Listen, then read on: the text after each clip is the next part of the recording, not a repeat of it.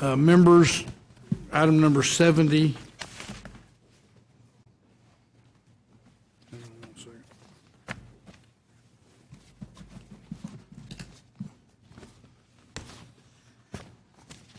Ms. Harden, if you'd like to begin.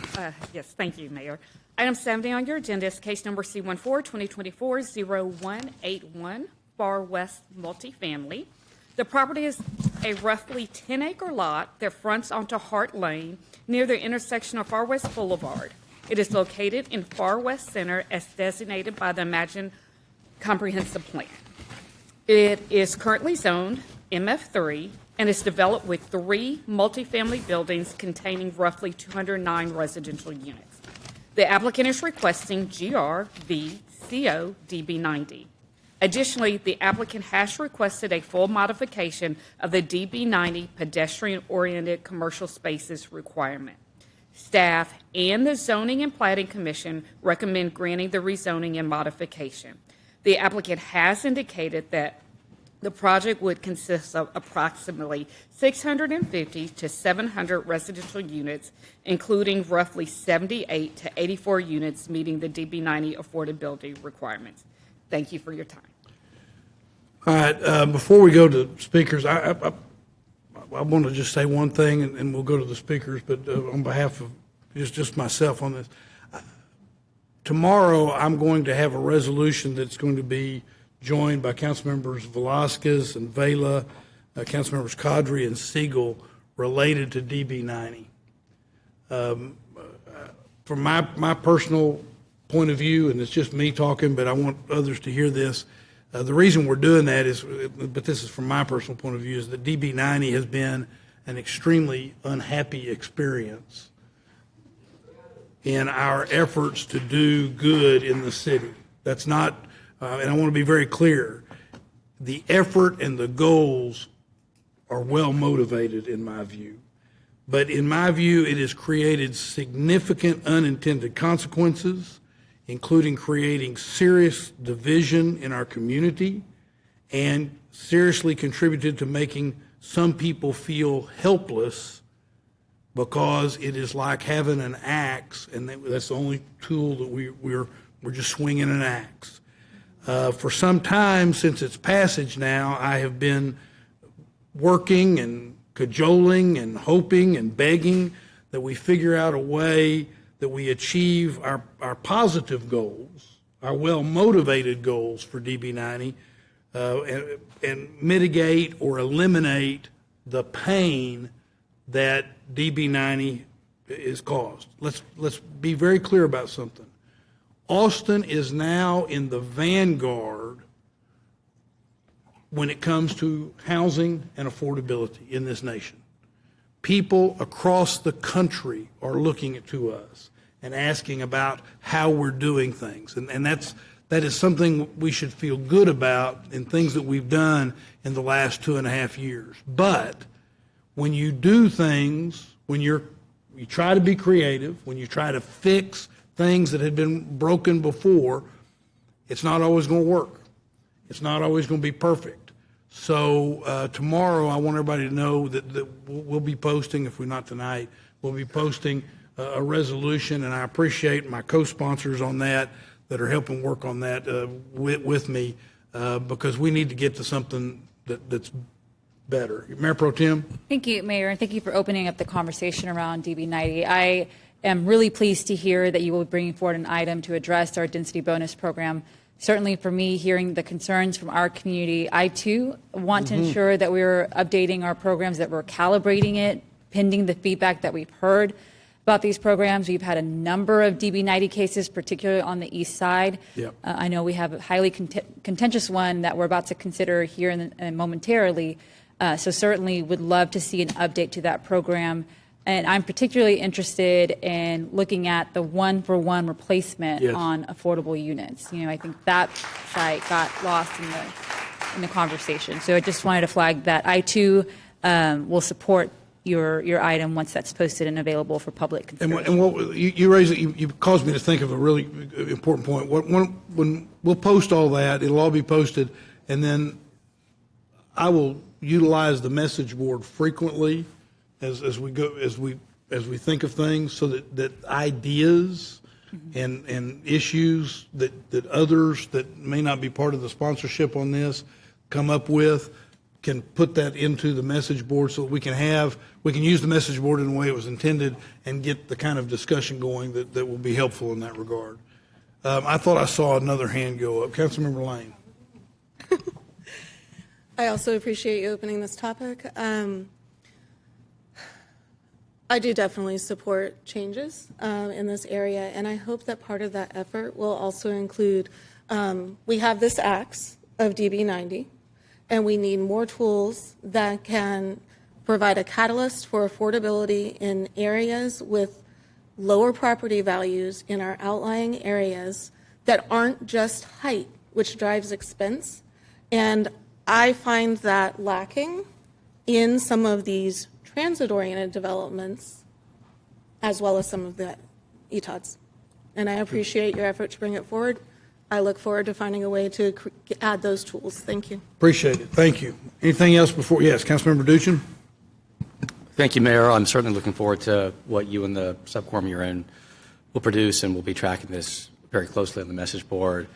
I think one thing I just really want to highlight before we get into item 70 is what I feel like is a really problematic relationship between that we're seeing here, and I know that my colleagues have seen in their own districts over the last 8 or 9 months, how DB 90 in particular is interacting with naturally occurring affordable housing, or NOAA. I think it's, from what I've seen, it's disappearing from the city at an alarming rate, and it's particularly difficult to find in District 10. And I think it's very much long overdue that we start considering NOAA as a precious resource for the city, and very much needs to be part of, I think, any conversation that we can have around how to address this issue in a long-term way. I think now might be if I could take one more minute, might be a good segue to just talk about one particular thing that I'm exploring and hoping to introduce to the council soon. I want to thank the city manager for hiring Dr. Johnson as an ACM in charge of our housing planning and development services, among other things. And more importantly, my understanding is he is a NOAA expert and has already made time to visit with us several times since he joined beginning of this month, last week or two. I've dropped off on everybody's desk a packet about the program that he helped start in Dallas, and similar programs have been initiated around the country in different municipalities, everything from in the tens of millions to hundreds of millions of dollars in housing dedicated or funding dedicated to the preservation of NOAA properties. In his work in Dallas, they started with a nominal amount, I think about $6 million, and used that to generate a $100 million fund. And if you guys look on page 4 of this packet I've left, you can see how it works. They find debt investors, equity investors, and grant investors to magnify the power of that fund. And then if you skip around to, I believe, page 11, you can see what they've done in other parts of the country, everything from a $500 million fund in the Bay Area, $50 million in Detroit, $100 million in New York, $43 million in Charlotte, and on, in addition to the work they did in Dallas. And then finally, pages 15 and 17 will give you some background on specifics from Dallas. Essentially, in that $100 million fund, they were able to, the plan is to acquire or buy down 5,000 units of affordable housing at a minimum of 15 years. So my hope is that that's something, and I think the other good news from what I've gathered is it doesn't take that much time to implement these plans. They can be done in as little as 3 months from what I'm told. So my hope is that we can figure out how to prioritize getting something like this done in Austin. It's probably long overdue, and I think it'd be a really valuable step for how we tackle this problem, not just in this case, not just in my district, but citywide. Thank you, Councilmember. All right, unless there's something else, I'll turn to the city clerk and we'll hear from people that want to comment on item number 70. Since this is a discussion. Oh, yes, hang on one second. Councilmember Harper Madison. Thank you, Mr. Mayor. I appreciate it. I'll be real brief. I also very much appreciate you bringing this forward. In one way or another, the Team D1 in every iteration that we've had since 19 has, been sort of aiming at our affordability programs.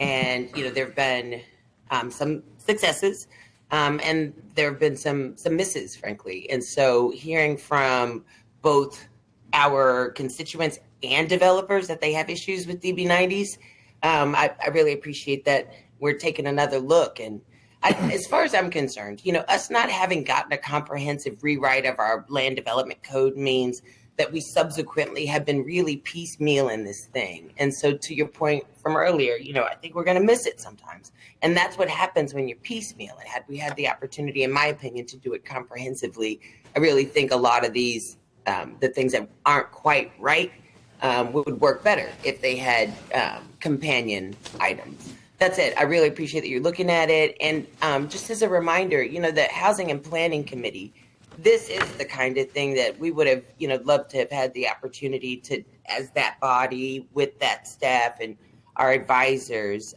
take some consideration around. But I also recognize that to some degree, I think sometimes vetting those kinds of items through the committees doesn't give you the opportunity to really get it more robustly developed prior to it being available for public consumption. But that's certainly something that, we'd like to put on an item for future consideration for the Housing and Planning Committee, is to really talk about our density bonus programs. Good idea. And as we get a little further in what we're attempting to do, we ought to bring it to your committee. We'll do that. Appreciate it. Thank you, Mr. Mayor. Good idea. All right, let's hear from the folks. Since this is a discussion item, we'll start with the applicant. They'll have 5 minutes. On deck will be the opposing representative, Celine Rondon. Michael Whellan is at the podium. Thank you, Michael Whellan, on behalf of the applicant. Obviously, I appreciate this is a difficult case and that the focus appropriately has been on housing policy challenges that this case has elevated. I wanted to highlight 3 of the major challenges facing the city to meeting housing goals, especially in this district. 1, the lack of an existing housing pipeline. That is, the lack of new housing that can help meet current demand and age ultimately into natural affordability. 2, the lack of areas designated for housing growth, such as Imagine Austin centers. And 3, the lack of property zoned for multifamily and affordability density bonuses. Jane Jacobs, in her often cited book, The Death and Life of the Great American Cities, which has been referred to as a foundational text of humane urban planning, described the need for a housing pipeline, noting that, quote, some of the old buildings year by year are replaced by new ones or rehabilitated to a degree equivalent to replacement, end quote. And with, quote, what was once new in the mixture eventually becoming what is old in the housing mixture. This helps create a continuous pipeline of housing of different ages to meet housing demand, even as some properties reach their end of life. At the same time, this process can also create tension, as new units will necessarily need to cover the cost of construction. To help solve for this issue, the city has established density bonus programs like DB90 to make a down payment on affordability. In Texas, properties always have the option to redevelop under their base entitlements, but cities can encourage affordability through density bonus programs which leverage existing market pressures to ensure that a portion of new units are affordable on day one. For properties that have reached end of life, the alternative is often either a fully market rate project or a density bonus project with affordable units on day one.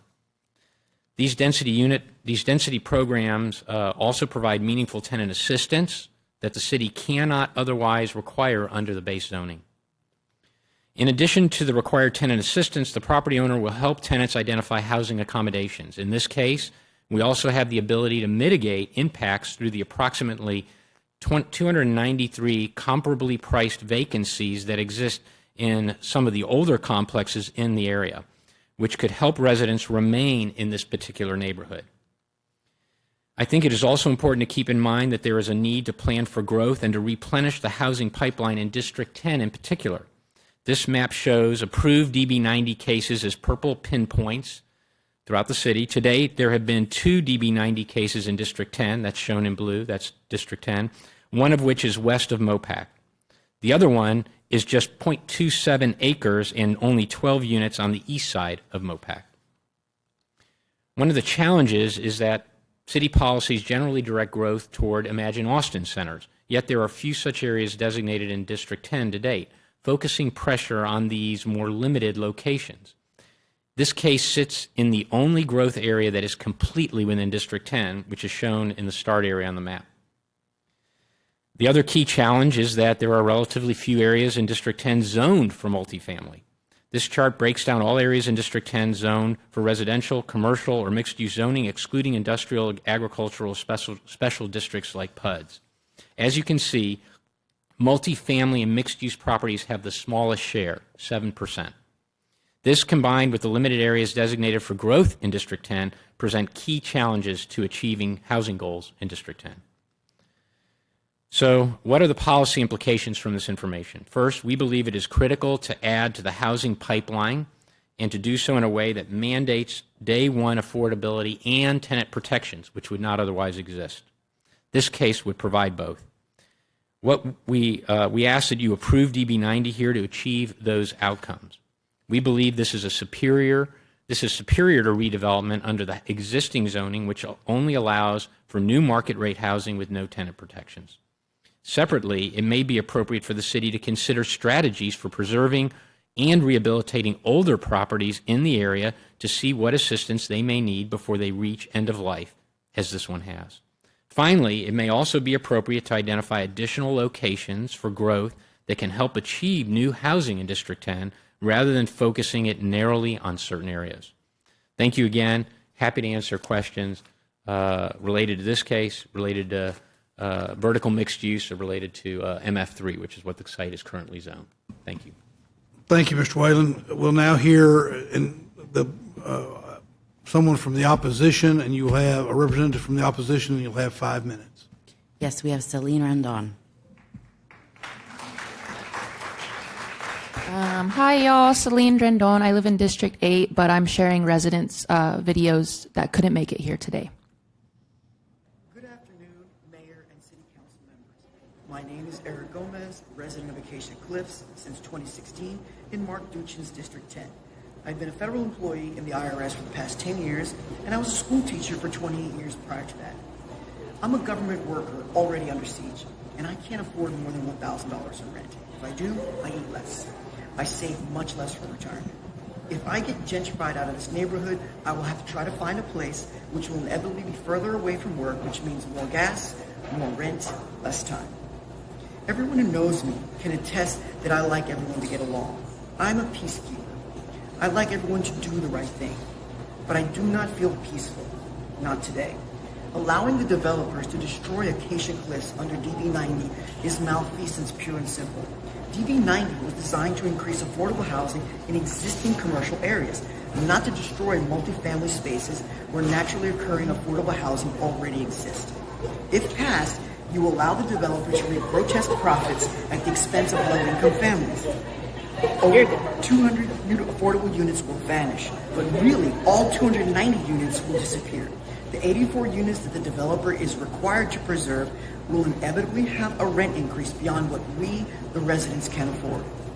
You know there is a dire scarcity of affordable housing. Why would you allow this? Was it something lost in translation? Did someone contribute to a political campaign? Were you coerced? Lack of knowledge? I don't know. But we are not going away. We refuse to be gentrified out of our beloved neighborhood. We expect you to be wise stewards of our great city.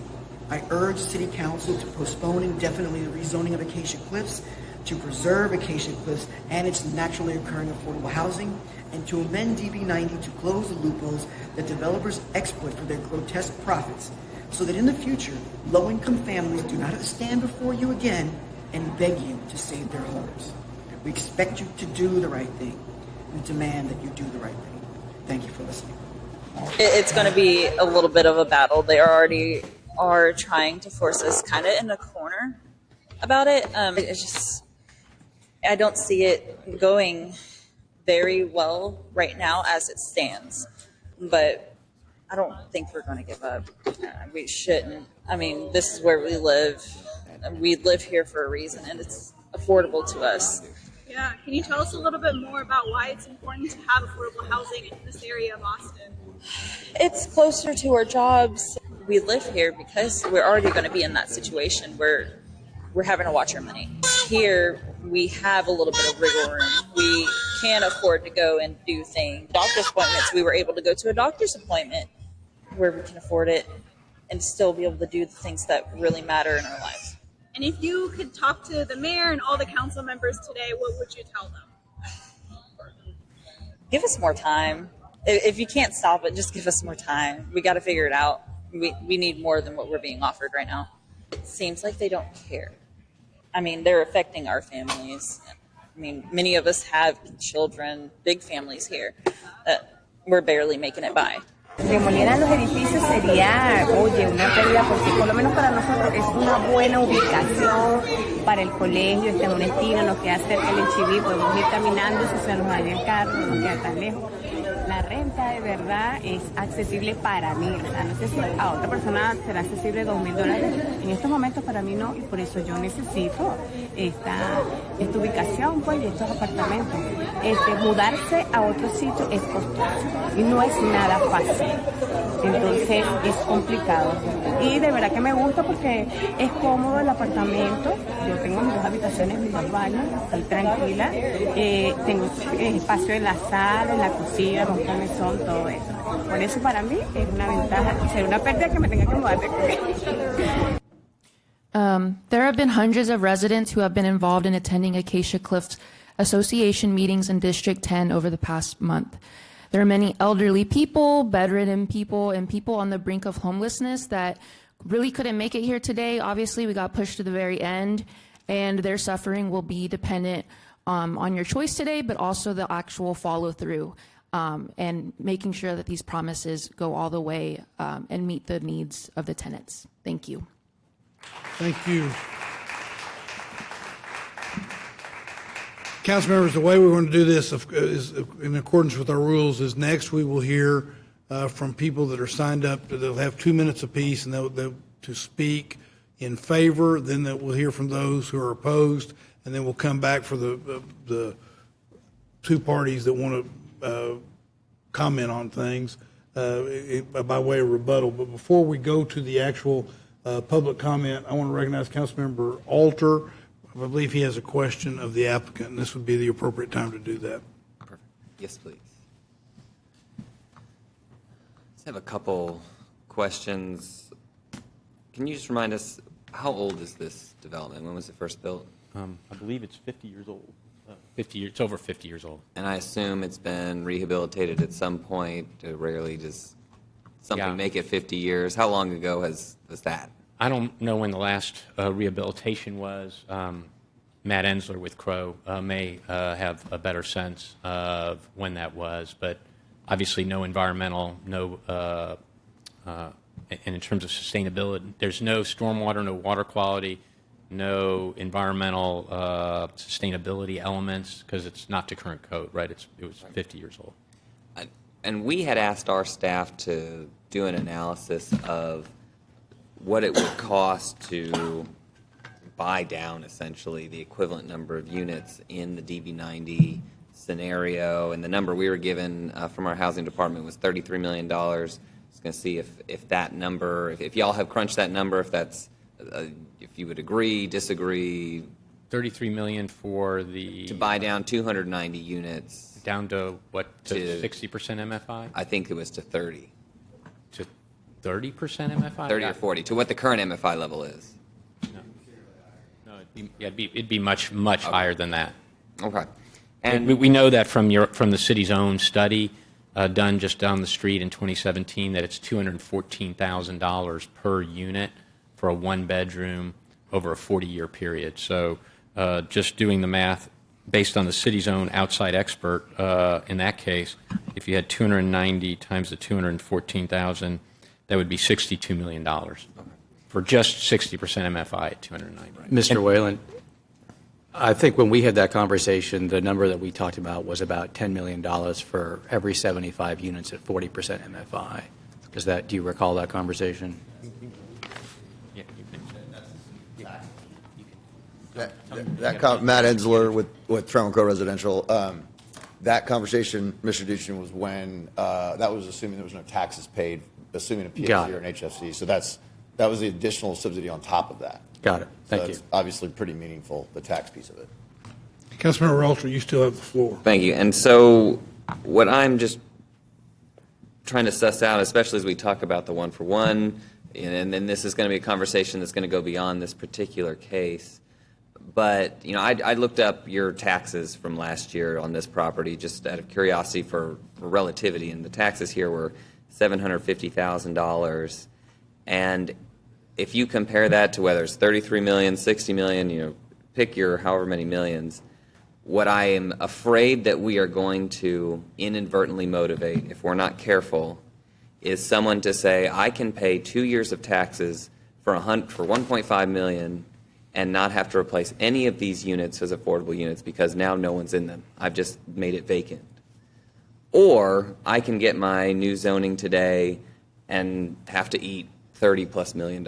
And so this is just, I think, an opportunity to bring that to the floor. As the mayor, I'm really interested to see the item, but I just want to kind of put that in perspective as we kick off that discussion, because we don't want to accidentally do something that kicks everybody out of their home, and now we have nobody there for 2 years just so that you can ultimately finance your project. Well, and that obviously that was not our goal here. I want to be very, very clear. We checked with city legal, with everybody, to make sure what the requirements were based on the policy that was passed in 2024, so that we would be completely compliant with tenant protections, which don't otherwise exist, and make sure that we paid the 4 months rent, et cetera, moving expenses, et cetera. And we made, as you all know, Matt Ensler available. You've spent time talking to him. Councilmember Duchin has as well, to go through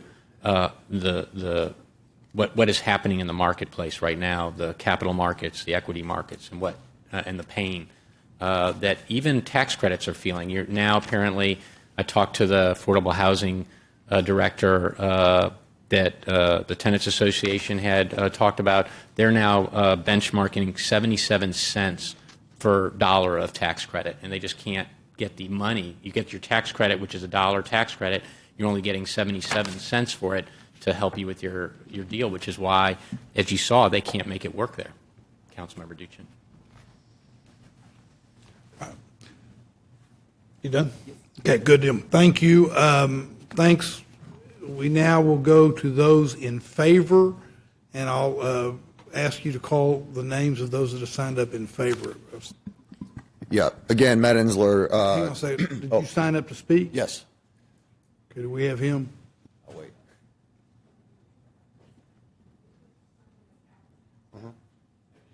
Or is that, no, in support, Matt Ensler? Is that not on there? Matt Ensler? Correct. Yep. Or Matthew, maybe? Oh, not sure I put in there. Matt Ensler, yes, in favor. That good?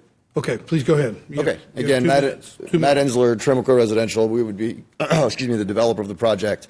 I've been with TCR for 18 years. I was a lender before that, financing these types of projects. So we've done quite a bit. We underwrite, dozens of projects every year to figure out what works. And we've, working with Councilmember Duchin, we've looked at a tremendous variety of ways to make this work.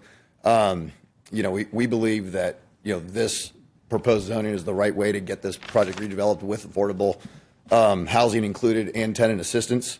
The owner, Price Realty, has worked and owned this property for 12 years and, maintained it the best they could. But obviously, as we talked about, the project is 50 years old now. It gets harder and harder to maintain.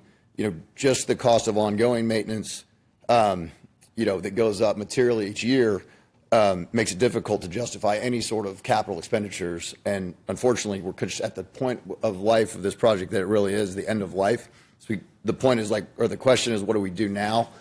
Under the current regulations or the current zoning, it could be redeveloped, but it doesn't require any affordable housing and it doesn't require any tenant assistance. What we've proposed would actually require both of those things. As discussed just a minute ago, the affordable housing alone would be a $16 million commitment for the 80-ish units that would be required.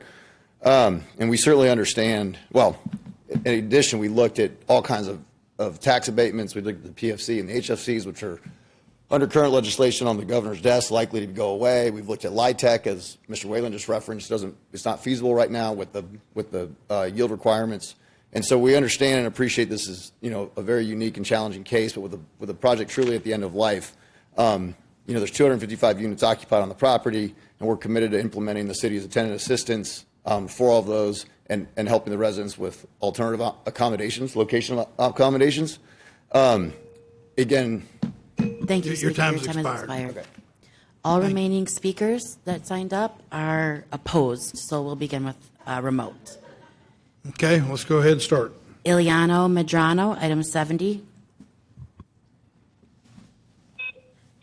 Hi, good afternoon or evening, Mayor and council members. My name is Iliana Medrano. I live in D3, and I'm here I'm speaking for myself, and I'm here today to urge you to protect Acacia Cliff residents from displacement and protect the naturally occurring affordable housing that is this complex. Please support the Tenants Association's demands to postpone this council hearing indefinitely, preserve the Acacia Cliffs, and amend DB 90. I'm a social worker, and I work at a public school, and I provide wraparound services to families of parents in crisis. And I see the direct impact that destroying affordable housing has on these families. Housing at the affordability levels needed by many of our families that we work with is already lacking, and this is effectively going to remove 290 units that are at 30 to 40% MFI and replacing it with maybe 80 at 50 to 60% MFI. That just is not meeting the goal of that is not meeting the MFI that is needed. That's going to be hundreds of dollars more than what renters pay now. How is this a solution? How is this creating more affordable housing? This will actively be displacing your own communities. Is this the city council, the people's council, or is this the developers council? I can't really tell right now. It's been really frustrating to see all this going down. And, thank you for the resolution, but why did it take this long? You've got to see how incredibly frustrating this is for the residents, for other DB 90 cases. There are more than just this one. They shouldn't be working this hard to get you to stand with them. Please, I just urge you to support Councilmember Duchin's proposals to amend DB 90 to protect residents across the city and further cases, support an indefinite postponement, and preserve Acacia Cliffs. Thank you. Next speaker is Blanca Ovalle, item 70.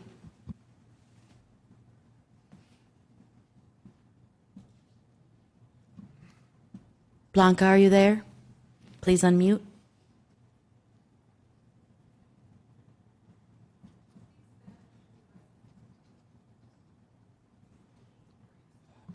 Next speaker is Bryce Benjamin, item 70. Yes, hola, buenas tardes. Good afternoon, Mayor and council members. I'm Bryce Benjamin. I live in District 4, and I stand in support with Acacia Cliffs Tenants Association to oppose item number 70. I, along with others, urge Austin City Council to protect Acacia Cliffs residents from displacement and protect affordable housing. Support the Acacia Cliffs Tenants Association's demand to postpone the council hearing, preserve Acacia Cliffs, and amend DB 90. I also request that Mayor Watson apply any future DB 90 edits to all DB 90s considered or passed today and forward until plans are finalized. When I first moved to Austin in 2022, I loved how the city has such a variety of ethnic communities that improve the city's culture and food and way of life. That sort of feeling is something I never had growing up in my hometown up north. But in recent years, I've noticed this culture rapidly shrink due to rezoning of affordable housing units, gentrification, and rising affordability costs that are violently displacing these residents in Austin or force them to become unhoused. I no longer want to see this happen and demand that it stops here with Acacia Cliffs, a deeply affordable housing complex focused on all of its needs and working class backgrounds. Currently, DB 90 incentivizes the displacement of renters and construction of affordable housing by significantly increasing developer profits. This rezoning would greatly increase the developers' potential profit margins, as well as the ability to get financing, which is based on potential future profits. The threat to demolish the property if the rezoning isn't granted is unlikely, because a massive increase in profits created by DB 90 is likely what makes it possible for the developer to get financing for their project. Acacia Cliffs Tenants Association was told by council members to find solutions and funding to preserve Acacia Cliffs. Austin City council members should have been working on this instead. The Tenants Association is working with an affordable developer that's trying to make an offer to the owner They have other potential partners, including the Strategic Housing Finance Corporation and Foundation Communities. Thank you, Mr. Benjamin. Your time has expired. We will move on to in-person. I'll call several names at once. Just make your way to the podium and state your name before you begin. Barbara MacArthur, David Weinberg, Max Horstman, Alexia Leclerc.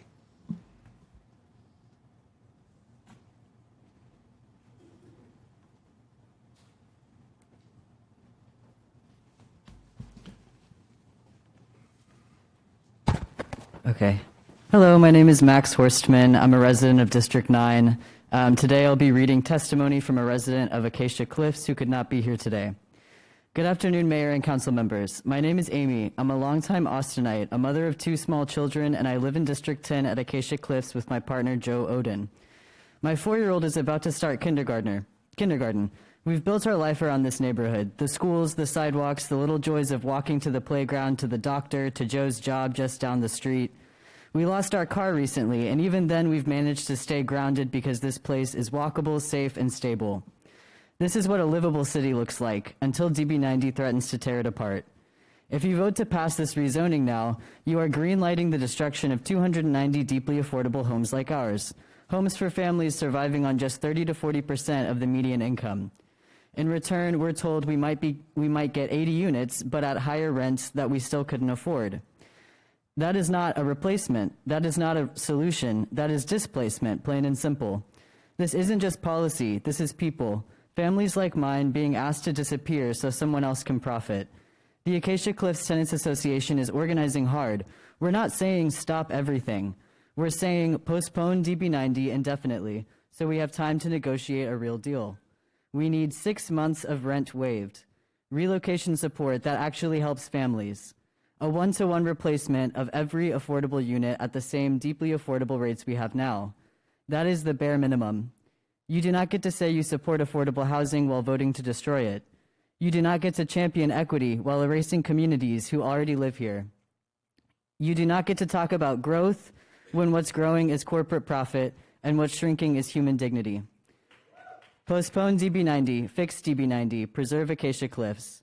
Because if Austin can't protect the families who already live here, who love it, who built it, then who is this city really for? Thank you.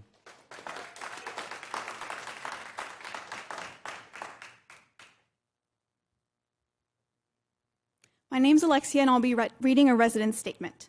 Good afternoon, Mayor and Council members. My name is Rosia Gutierrez. In March of this year, I moved back to Austin to enjoy being a grandma. I'm a retired senior on a single and fixed income. I'm a resident of Acacia Cliffs. In my 3-month search to decide where to live in Austin, I found that Acacia Cliffs was the only place that had what I was looking for, mainly affordability, security, and a great neighborhood. And the added benefits of being walking distance within services like HEB, the post office, urgent care, doctor's offices is incomparable. Our communities at Acacia Cliffs is comprised of individuals and families from all stages of life, veterans, university students, school-age children, to name a few, and we love to live here. We, as members of the Acacia Cliffs Tenants Association, have been working diligently over the past 6 to 7 weeks to come up with solutions. We are asking for a postponement and urge Council to work with affordable housing developers to keep all units affordable. I want to continue enjoying my grandkids, retirement, and living in Acacia Cliffs. It will truly be a hardship for me if City Council allows Acacia Cliffs to be rezoned. I cannot afford to live anywhere else. I would have to go back to working full-time. So, esteemed Mayor and Council members, how would you feel if this happened to your grandparents, parents, and loved one? So we are urging for a postponement, preserving Acacia Cliffs, amending DB90, and opposing item 70. And as Alexia, as an organizer, I want to add that if you are not supporting the tenants' request for postponement, you are knowingly displacing 290 families. The residents have already shown you how DB90 is flawed and how we need 1-to-1 replacement, so we cannot let this item pass as it is. If you do not give the rezoning to the developer, they won't be able to profit, and we can then work to have affordable housing developers buy this property instead. Displacing 290 families is not good enough of an outcome. We have to think bigger, dream bigger. That is your role as council members. Housing does not have to be for profit. You can support working class families. Thank you. Continuing on item 70, we have Lottie Highland, Adrian Macias, Susan Almanza, Carlos Pinon. If your name's been called, please come forward. Pedro Hernandez Jr., Valerie Menard, Betsy Greenberg.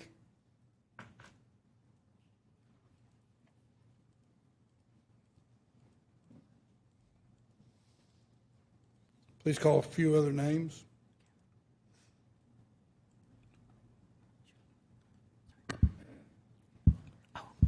My name is Betsy Greenberg. I'm on the Zoning and Planning Commission, and I voted no on this case when it came to ZAP. The situation at Acacia Cliffs, where 290 affordable units are likely to be demolished, should be no surprise. Over the last year, the Austin City Council has deliberately passed density bonus programs knowing that they would result in the loss of affordable units and displacement of Austin residents. Postpone item 70 so you can make this right. For the density bonus DB90 program, the staff included requirements that removed incentives to redevelop properties with naturally occurring affordable housing and to replace the affordable units when such redevelopment occurred. These requirements were consistent with the city's displacement mitigation strategy and strategic housing blueprint. However, when DB90 was passed in February 2024, these requirements were removed. 6 months later, DB90 was revised and tenant benefits were added when redevelopment resulted in demolition. However, the City Council voted again in August to specifically not include requirements to replace existing affordable housing. When DB-ETOD passed in May 2024, the requirement to replace existing affordable housing was included, but the number was limited to at most twice the minimum, and a new provision was added allowing the City Council to waive the replacement requirement entirely. These repeated decisions of Austin City Council demonstrate the hypocrisy of the mayor and 7 council members who were on the council in 2024. You created affordability bonus programs, but designed these programs to result in a net loss of affordable housing. Thank you, Please Ms. fix Greenberg. it. Our next speaker is Michael Curry with time donated by Brad Messingill. If they're both still present, Mr. Curry will have 4 minutes. On deck is Rich Heyman, Irene Pickhart, and Chris Page.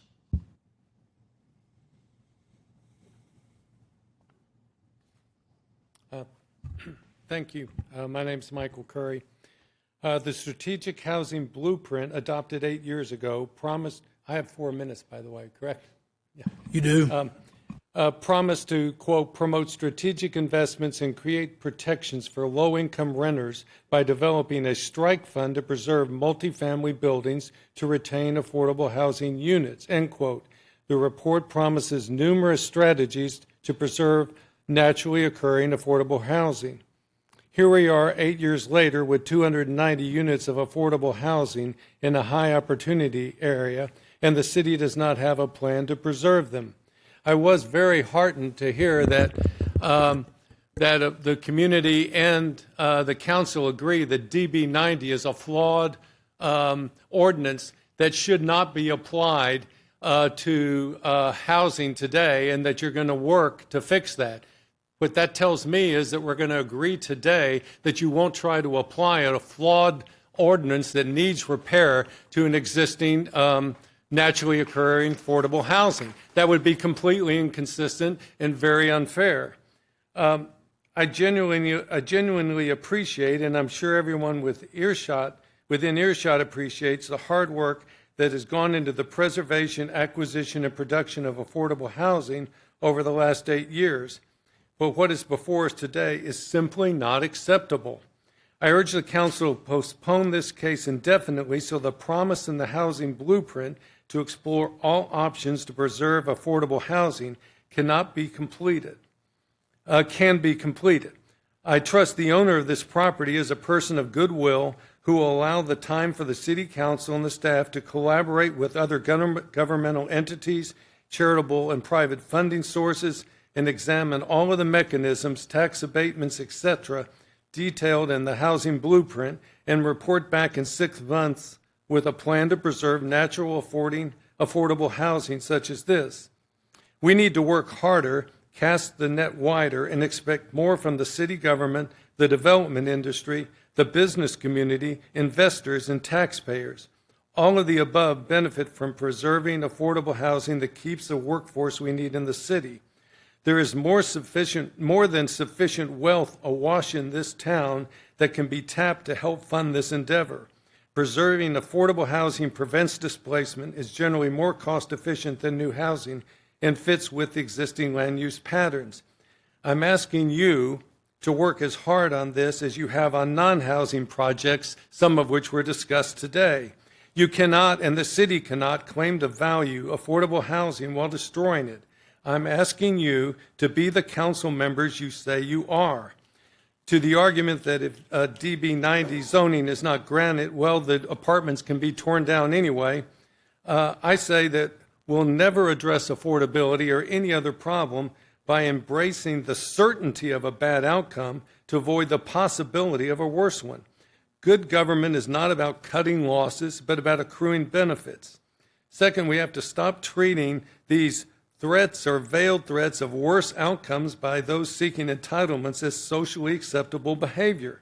Instead, we need to create a culture that rewards cooperation and community values and discourages brinksmanship by providing applicants such as these and properties such owners such as these who are of goodwill with some alternatives.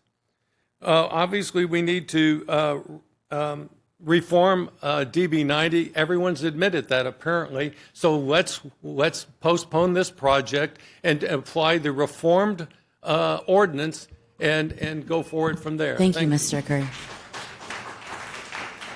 Next group of speakers, Sol Praxis, Halima Foster, Paige Brower, Lawrence Sell. If your name has been called, please make your way to the front. Let us know your name before you begin. Hello, good evening. Sol Praxis, District 3. I apologize. Let me interrupt you. You have time donated by Shane Johnson. Yes. Are they still present? You have 4 minutes. Sol Praxis, District 3 with Community Powered ATX. If you are silent about your pain, they'll kill you and say you enjoyed it. Zora Neale Hurston. I'd like to thank the Acacia Cliffs tenant leaders for standing up for all of the Austin renters who are routinely silenced by City Council. Over 100 residents have participated in tenant association meetings, and only 3 were able to remain here long enough to speak for 2 minutes to defend their housing. Please see my slides there for the history on DB 90, which demonstrates that council's inaction led us here in the first place. Even though there was already a process in place for developers to request the one-to-one replacement requirement be waived on a case-by-case basis, after developers contacted city staff, they removed the one-to-one replacement requirement. Let me repeat that. After developers contacted city staff, they removed the one-to-one replacement requirement. When this occurred at the council work session on DB 90, city staff noted that they still needed to study displacement prevention and that council members would need to do analysis property by property to determine the appropriateness of applying DB 90. At this point, DB 90 has only been calibrated for developer profits, not calibrated for displacement prevention. You need to postpone. Next slide, please. Given this, what's the rush? The owner is open to an offer to preserve the property. The city should identify funds to fill any gaps after the affordable developer hears back from the owner on the offer made and allow community to keep seeking philanthropic partners and public help. What's the rush? It's on you to preserve existing affordable housing. It's on you to have displacement protections in place rather than making all of our affordable housing a juicy meal for developers. You need to postpone. The developer says they don't plan to demolish for at least 2 years. What's the rush? We are still waiting to see an exchange between the owner and affordable developer after an initial offer, an offer that can be more robust if public officials and the community can get creative to find additional public and philanthropic funding to make it possible. What's the rush? There are plans by Councilmember Duchin to gather funding that can be used for preservation of Acacia Cliffs and other properties. During this slow time in the multifamily market, it is a perfect time to preserve affordable multifamily properties. What's the rush? Every developer threatens demolition and building at the current entitlements. I saw this for my year on Planning Commission. Developers make the same threat to demolish every time the community speaks up. It's a well-known bluff in the development community. Michael Whellan will say whatever is needed to win. That's what developer lawyers do. What's the rush? Tech companies let go of unprecedented numbers of employees in Austin last year. For the first year, more people moved from Austin than in. Interest rates are high. Developers are struggling to pay back their lenders given the lower profits they're realizing. Financing for multifamily development is slow, and DB90 is likely what makes the financing of this project possible. It also makes it hard for affordable developers to compete with the potential profits from DB90. Next slide, please. What's the rush? At the county, commissioners told us their standards for deals with developers is to demand that 50% of the units are at 60% MFI and below, and with tax credits, they get to 30%. They push hard to get those wins. Do you? Why would y'all think it's a victory to demolish affordable housing, replace it with no or minimal housing tenants can afford, and set a precedent that all a developer has to do to get what they want is threaten demolition? What's the rush? There are major issues with DB90 that could be resolved through amendments, a process that takes time but can protect tens of thousands of affordable units across Austin in all of your districts. Next slide, please. What's the rush? The developer used a loophole to apply DB90 to affordable multifamily housing, even though staff said DB90 would apply to commercial and office zoning, and that only 7% of cases would involve multifamily properties, which would need special protections and considerations that they claimed would have to be studied. These studies have not happened, and the protections are not yet in place. This is the case study demonstrating that DB90 incentivizes the destruction of affordable housing. This is the time for special considerations study. Thank you. What's the rush?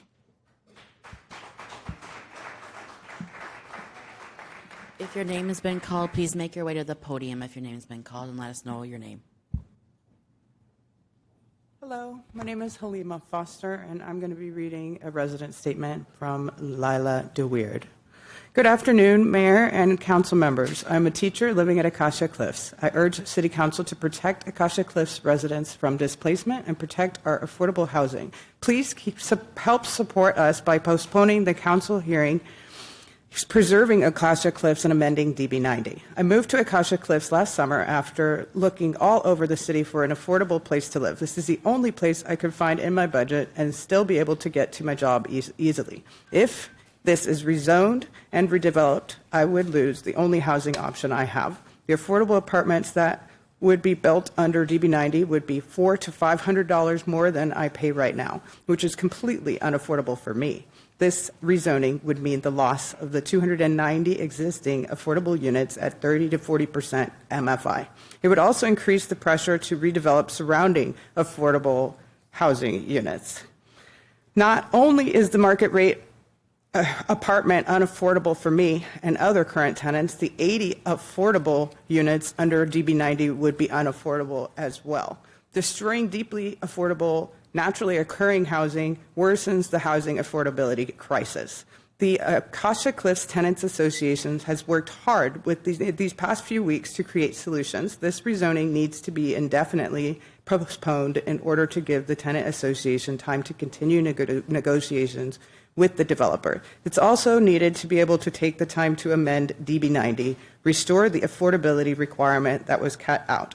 Thank you. Also, I just wanted to add, we are asking for postponement to secure funds for affordable housing. We need time to talk to these folks so that we can come up with a solution that works for everybody. Securing funding needs to be done before and not after the zoning case is voted on. And yeah, thank you. Appreciate it.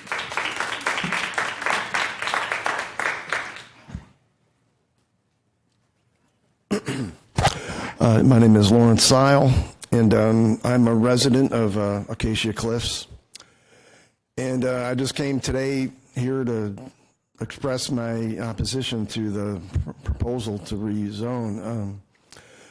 This feels like I'm, being forced out of my house and home, along with 290 other people, other families, and I thought that was kind of a despicable thing to do, just throw people out of their house and home. But it seems to be standard practice now. I don't quite get it, but anyway, yeah, I'm just formally expressing my opposition to the rezoning initiative, and yeah, I would definitely be in favor of amending DB90 and or postponing the vote, or if y'all want to vote it down, I'm all for that too. So That's all I got to say. Thank you, sir.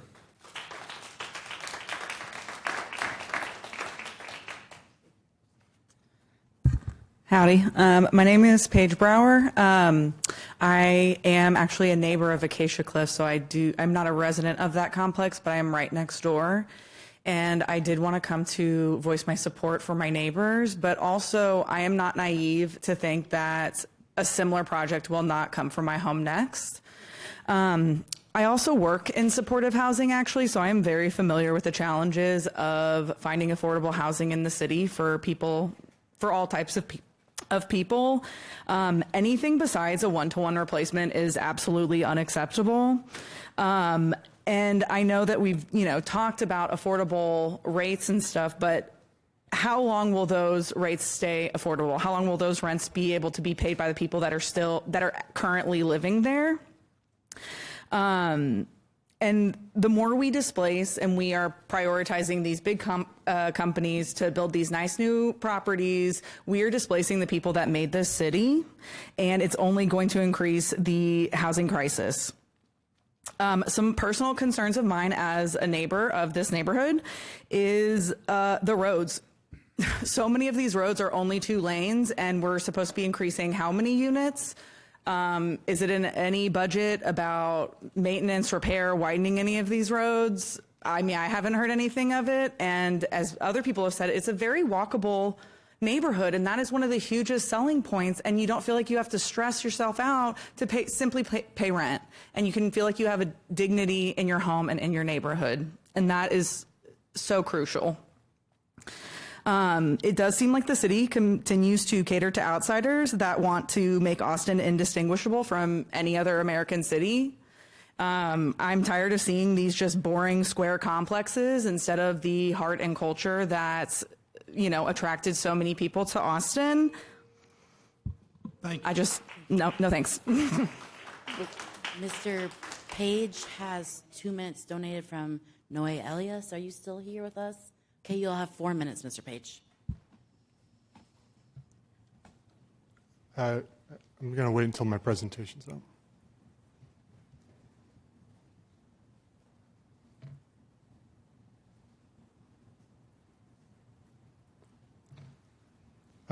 So DB90, we see here is a destroyer of affordable housing, and that's by design. Key terms that I want you to understand, because they sound technical. 418-32A1, that's the right to return, as it's been called. It requires the one-to-one replacement. Thank you, Councilmember Fuentes, for bringing that to the public's attention.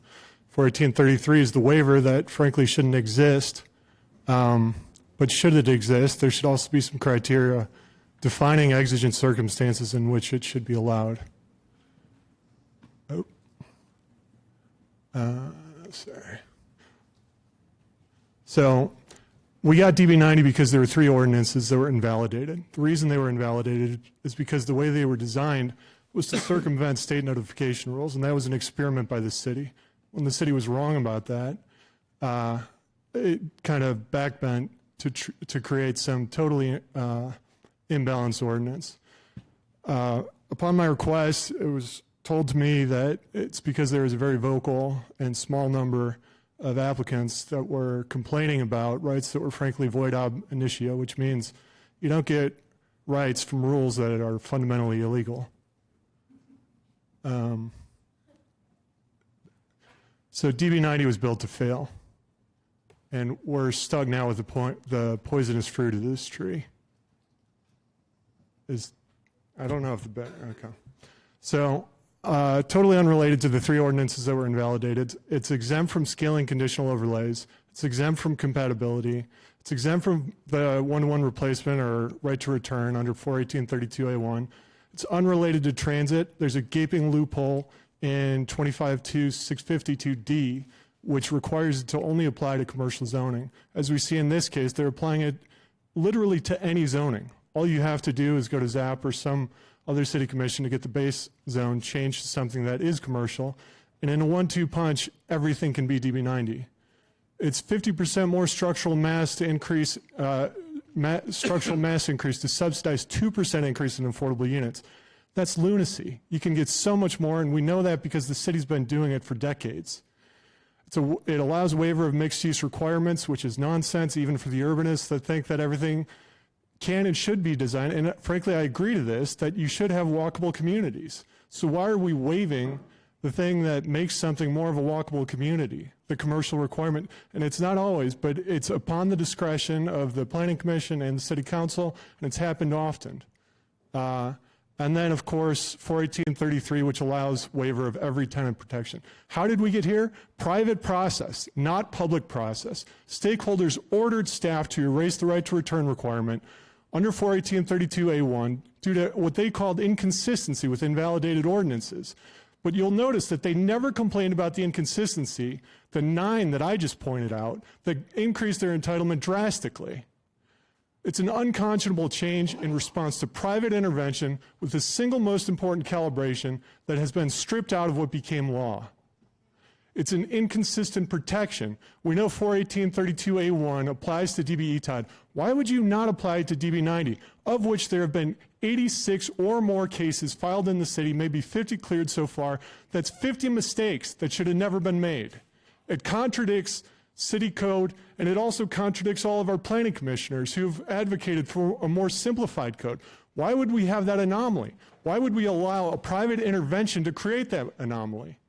So under the city's current interpretation of DB90, the whole thing that requires it to apply to commercial zones is meaningless. 41833 is useless, literally. You're blessing displacement. It's empty promises. Expired. No more empty promises across the city. Thank you, Mayor, and thank you for your stated intentions to cure this problem. Thank you. Even if you're thanking me, your time's expired. Continuing on item 70, we have Rosa Gutierrez, Harrison Hall. Harrison, you have 2 minutes donated by Marissa Perales. Are you still here? Okay, you'll have 4 minutes total. Evening, everybody. My name is Harrison Hall. I'm currently a resident at Acacia Cliffs apartment, one of the representatives for the Tenants Association there. I want to begin by stating that I am against item 70 and ask that the council vote against it or postpone their decision and commit to continuing to postpone that decision until they can correct the misuse and exploitation of the DB90 program. It's been said a couple of times already, there are about 290 units at Acacia Cliffs, the vast majority of which are currently affordable to a household making between 30 and 40% of the median family income. The developer plans to replace these with around 700 units. Somewhere between 70 and 80 of those units will be capped at 50 to 60% MFI, making these affordable units significantly less affordable than the 290 units that are currently there. And the other 600 or so units will be even more expensive than that, which means that the developers are using the DB90 program to decrease the total amount of affordable housing, which is exactly the opposite of what the ordinance was designed to do. As an olive branch, I'm willing to call that an oversight, but it is an oversight committed by this council, and it's one that this council needs to correct immediately. I'll tell you how. Step 1, this council commits to postponing any rezoning request that changes a multifamily into a DB90 applicable zone until it can be shown that such a zoning change would not decrease the total amount of affordable housing at that location. If it is found that that zoning would result in a decrease of total housing affordability, this council will vote no to that rezoning. The developers will tell you that if they don't get the rezoning, they'll rebuild by right, and there'll be no affordable housing at the new development. This council should be confident in calling that bluff, as doing that would not be profitable. And the developers have consistently shown that they won't do anything that reduces their profits. Step 2, the prerequisites that the developers must follow in order to utilize DB90 must be amended to re-include that the developers are responsible for replacing all affordable units 1-to-1.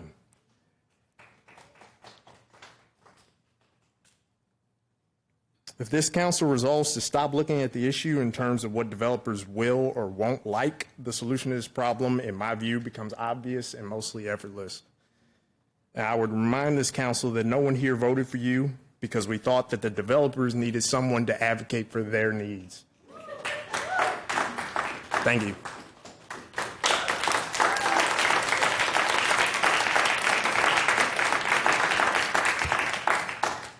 Next, we have Alicia Sanchez Duani, Eric Gomez, Vianney Camarlinga, Shay Rounds. If your name has been called, please make your way towards the podium.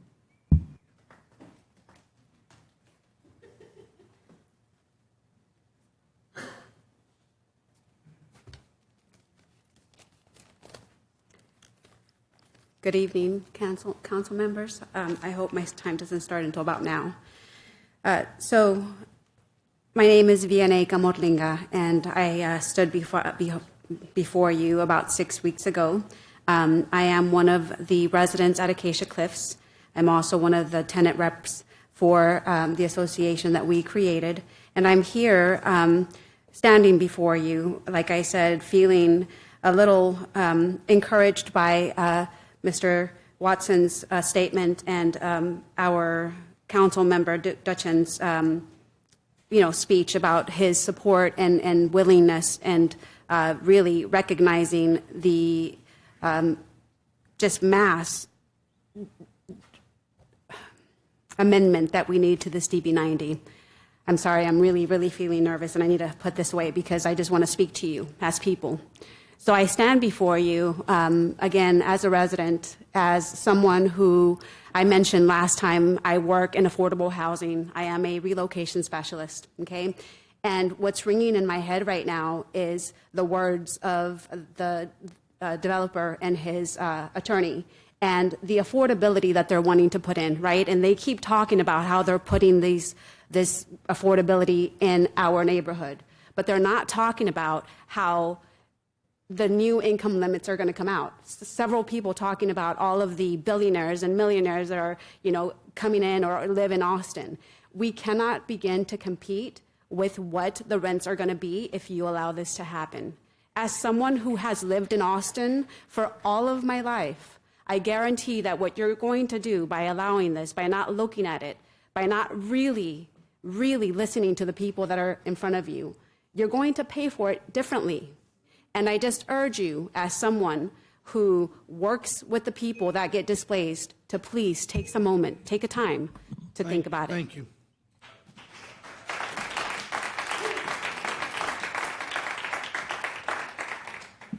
My name is Shay Rounds, and I'm going to use my time to play a video from one of the tenants that can't be here today, but I just want to say that I'm really grossed out by the framing of the developer of the property being end of life. I feel like that's an attempt to poison the well and not an accurate representation. About what it's like living here in the community. I mean, we really enjoyed the community here, and the fact that everyone's coming together, especially the fact with us not knowing this place was going to be getting demolished, and now it is, and the fact that we were able to come together so quickly to be able to try to fight this. Can you tell me a little bit about why, for y'all, it's important to have affordable housing like this in this area? One of the main reasons we moved to Austin was to be closer to her family due to health issues that have just arisen. Coming down here to be closer to better hospitals, as well as being closer to her family, with me working all the time and not being able to take her to doctor visits all the time, things along that nature. Also the fact that she is also visually impaired. This is also a good location with the fact that there's a bus stop nearby as well. Yeah, so not only am I visually impaired and so I don't drive, but I'm also wheelchair bound with my health issues. I don't really have the best ability to get around on my own with my health issues on top of everything. So being able to be in Austin near my family who can help me get to those appointments, if this were to be demolished, we'd have to move quite a bit, like, probably past Hutto even, to get relatively priced housing, South. Yeah, and so, going from further out, not only would I then either have to spend a lot more money on like Lyft or Uber to get back to the city for my appointments or anything like that, but if my parents were to come, that's a lot of gas money for them as well, and a lot of their time being spent when trying to help me with those appointments and all of that kind of stuff. What message would you like to share to your council member? That's a good question. Thank you. Your time's up. We need to be more of a Next, continuing on item 70, we have Megan Meisenbach, Tanzia Garden, Cameron Edrich, Jesus Salcido, Bill Bunch. If your name has been called and you'd like to speak, make your way to the podium.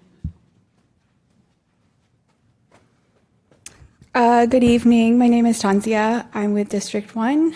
I want to first thank y'all for finally coming to the conclusion that the DB90 program needs to be reevaluated with the resolution.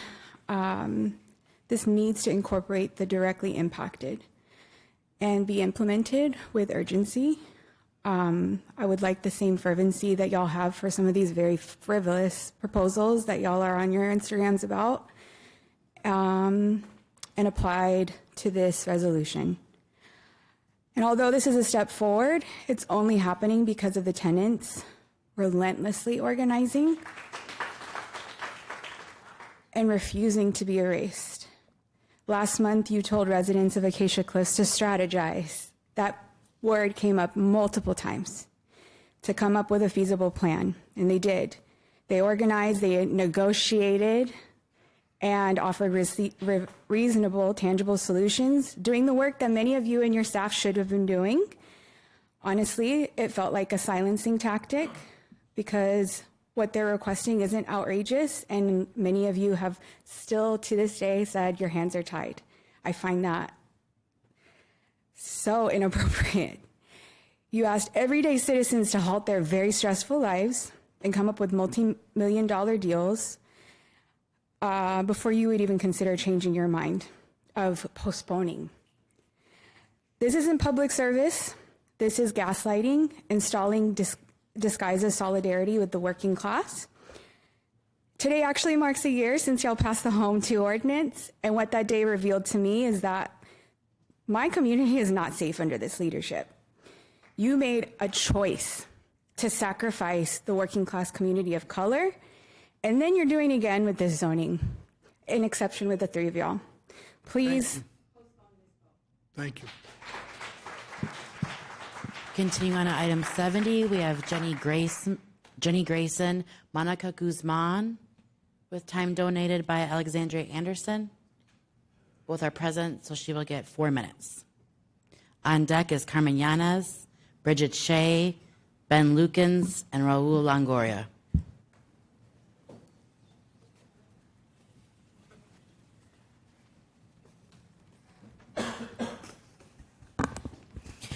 Good evening. I'm Monica Guzman, Policy Director at GAVA, reading a statement from an Acacia Cliffs resident. I've been living at Acacia Cliffs for nearly 3 years. Over a year ago, I moved into an ADA unit due to my orthopedic disability. I absolutely love my unit and plan to stay here indefinitely. I renewed my lease on January 6th of this year for another 12 months. Within a few weeks, we learned of the plan to rezone and demolish Acacia Cliffs in order to build yet another very high-rent, high-rise complex that are popping up all over Austin. Well, we would never have re-signed another lease at Acacia Cliffs knowing I would be displaced. Moving is a very stressful and expensive process. My concerns are as follows. 1, the DB90 current compensation moving package is grossly egregious considering the lack of affordable housing in Austin, the cost to move out of Travis County because of very high market rents, very high deposits, time frame to find an adequate ADA unit, and the incredible inconvenience to all tenants living here currently. Also, it is very unclear in the current DB90 proposition on when payout will occur, if leases will be renewed on a month-to-month basis until we receive the demolition notice, if we will receive compensation between now and receipt of notice to demolish, or if it only happens after notice to demolish is received. The proposition needs to include payout starting immediately for individuals that choose to move out sooner rather than later, knowing it is inevitable that we will have to move at some point. 2, reserving 10% of the units for affordable housing is a joke. Firstly, it is not even remotely affordable at 60% market income for someone on a fixed income on Social Security or on a student working part-time, which comprises a lot of the current tenants. I can only surmise that little to no one currently here would fall into that category in the new complex. Matching 1-to-1 of the current 290 units would eliminate the displacement of our friends and neighbors and allow us to enjoy living in Northwest Hills. 3, on the ethical side of this, the current owner and management company are moving people in without telling them about the demolition in order to increase the bottom line until we are all told to leave. The current rental rates on the Acacia Cliffs website are significantly lower than what we are paying now. I'm a long-term tenant who has never been late and paying significantly more than someone walking into the door today. I checked a week ago and my 2-bedroom was going for $250 less than what I'm paying in order to fill a vacancy. I asked to delay the vote to rezone because of the very negative impact of the current DB90 proposition will have on the people that live here. We just want fair treatment, and that is clearly not what Price Realty and Armbrust Brown have in mind for the current and future Acacia Cliff tenants. This is a human issue at the very core, and the powers that be are definitely focused on money over people. Regards, Lauren Payne, Acacia Cliffs tenant. In closing, I spoke with 2 council members this morning. Thank you, Councilmember Harper Madison, for saying you're with the people. And thank you, Councilmember Velasquez, for your assurance you are working with Councilmember Duchin. We look forward to hearing you both publicly support Councilmember Duchin's proposal for further postponement and amending the DB90 ordinance. Thank you, Mayor Watson, for your comments about fixing DB90, hopefully starting with this case as well as the Transit Center ETODs. Thank you.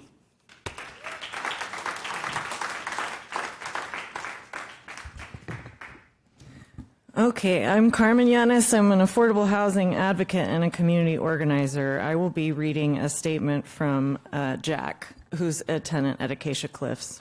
My name is Jack B. Good afternoon, Mayor and Council. I've lived in Austin for 25 years, the last 2 years in District 10 at Acacia Cliffs. I'm here today to ask the Council and its members to support the Tenants Association to postpone the Council hearing so we can work to preserve the naturally occurring affordable housing here at Acacia Cliffs. This program was created with the goals of providing affordable housing incentives, adding benefits to the community. In the case of DB90, supposedly that intent was to promote development, particularly on commercial properties. While the requirements to add affordable housing to where there was once none, in the case of a vacant lot or property that was zoned commercial, is beneficial, they failed to provide protections when applied to residential areas. That's all the explanation you all saw. This is precedent. Especially those with naturally affordable housing. In these instances, it will eviscerate those pockets of natural affordable housing. Provisions like the right to return and one-to-one replacement of affordable units are essential to combat that. The Council and its members have a duty to the city and to the people they represent to aggressively protect these pockets of natural affordable housing, to fight for the people you represent, and protect them from loopholes and misuse of programs. This is a pivotal moment, and we ask all other council members to support Councilmember Duchin's proposal to amend DB90 and include protections for tenants and residents as well as affordable housing as a whole.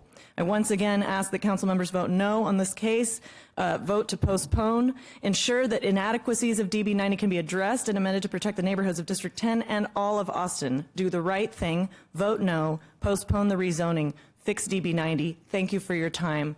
I want to close by saying thank you, Mayor Pro Tem, for staying on the dais this whole time and hearing your constituents. I know you all have a long day. You got to get up here and there.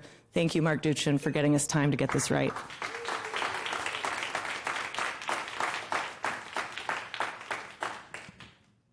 If your name has been called for item 7 and you haven't spoke yet, please Mr. make your Lucas, way to come the on podium. forward.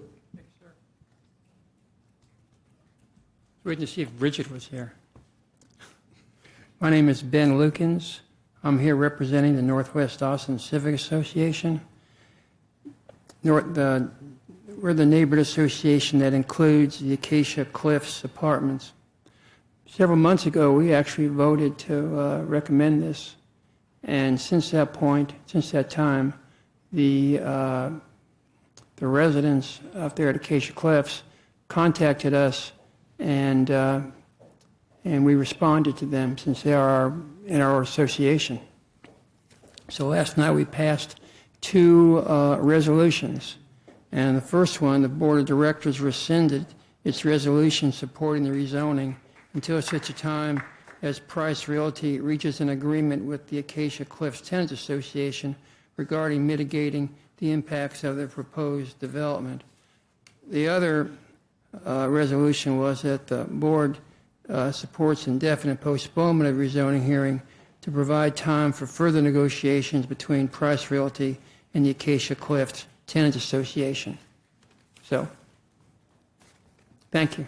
Thank you, sir. Good to see you. All speakers that signed up on item 70's names have been called at this time. We can now move on to the closing remarks from the applicant. Yes. Michael Whellan. Thank you. Michael Whellan on behalf of the applicant. First and foremost, I want to again recognize that this is a very challenging case, and it's a tough decision for all of us. The building is at its end of life, and we do not believe that there is any scenario where the status quo will continue. We are not going to preserve Acacia Cliffs. We're just not. What you can do today is preserve protections that are embedded in the code if somebody taps into DB90, specifically affordable housing, adding to the pipeline I've already referenced, and requiring tenant protections, which would not otherwise be required. We know that the tenants, no one's going to get kicked out of their home. We have alerted everybody about a 2-year timeline so that people have an opportunity to adjust. We've indicated we're going to provide relocation specialists on site. We know there are over 2,700 units that are 50 plus years old in the neighborhood, and that at this moment 290 are vacant. One argument is that renovating and upgrading these units might be a preferable alternative. And I would just point out that that type of scenario would not actually address the concerns that have been raised today. A renovation scenario would still involve moving everyone out of the property during construction, and then the rents at the newly renovated apartments would increase. We believe our proposal recognizes the difficult reality of this property and seeks the best available outcomes for the city. I would just end by saying that it would first and foremost make a down payment on affordability with 78 new affordable units, none of which would occur under existing zoning or under a remodel or rehab in place. Our proposal would ensure the tenant assistance, again, not required under the existing zoning or if you rehab in place, which, by the way, was what the affordable housing specialist was recommending, Councilmember Duchin, that we talked about that the tenant association gave us. We are confident there will be ample availability in the neighborhood. There are, again, 255 occupied units at Acacia Cliffs, 290 vacant in the neighborhood within a quarter of a mile. I will say, obviously, in tough situations like this, there is no perfect decision, but considering the actual options, what's in front of us right now, rehab in place, raise the rents to cover that cost, no tenant protections, people have to move out, or because it's 50 plus years old, or rent or do DB90, tenant protections, help people move to other locations nearby. We believe that is the better decision and the right way to go, and we hope that you'll support that. We've had a 6-week postponement, which has gotten us to this point. Thank you, sir. Next, we'll have Celine Rondon with closing remarks for the opposing.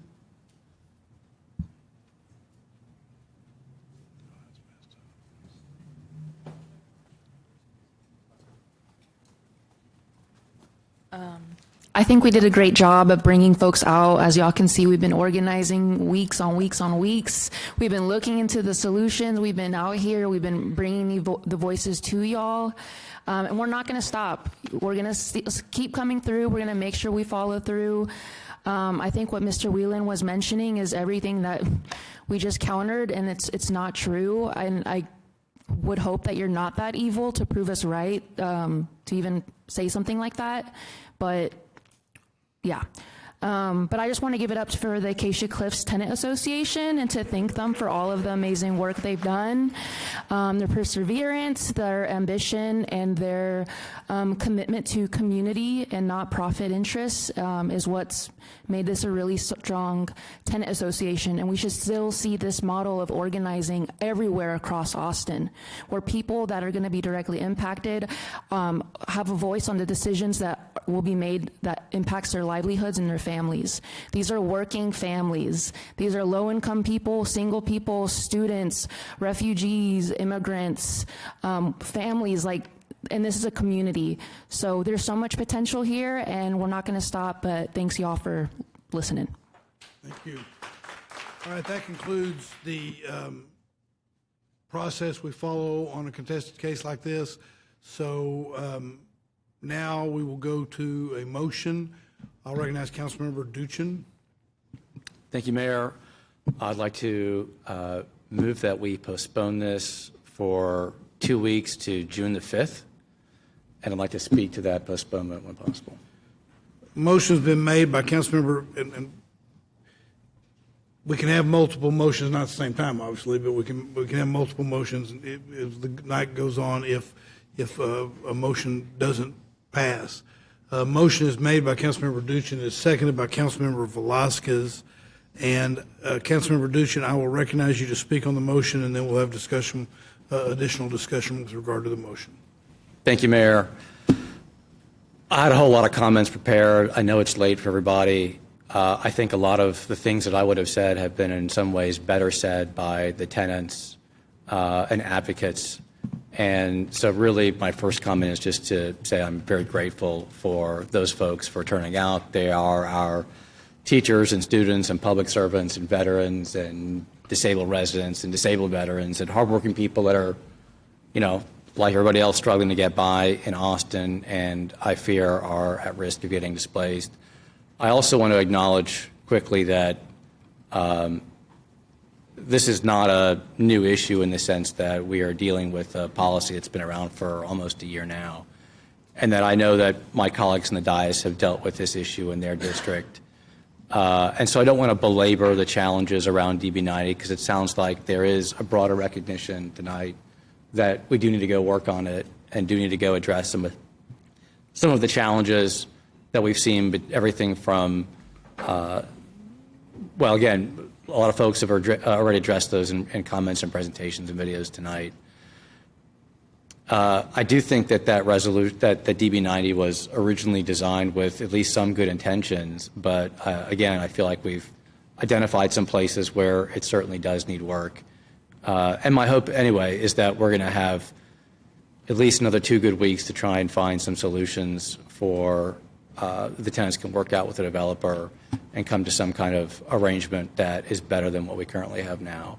I don't believe that there's a silver bullet here, but my hope is that in 2 weeks we can get closer to an arrangement that that works better than what we have, and that'll also give us additional options to work within the city and outside resources, just like I mentioned before with the Dallas Housing Opportunity Fund, to try and get those programs started and make sure that there are preservation opportunities in Austin, especially for naturally occurring affordable housing. So with that said, I'd love to get enough votes here to postpone for at least 2 weeks. Thank you. Further discussion? All right, all those in favor of the motion to postpone this item until June 5th, please raise your hand.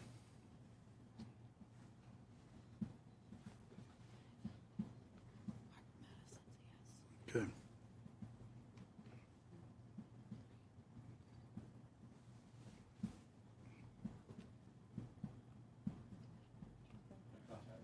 I know, I got her.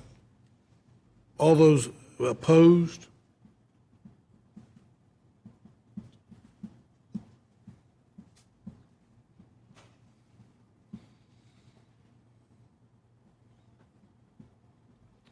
Who isn't voting?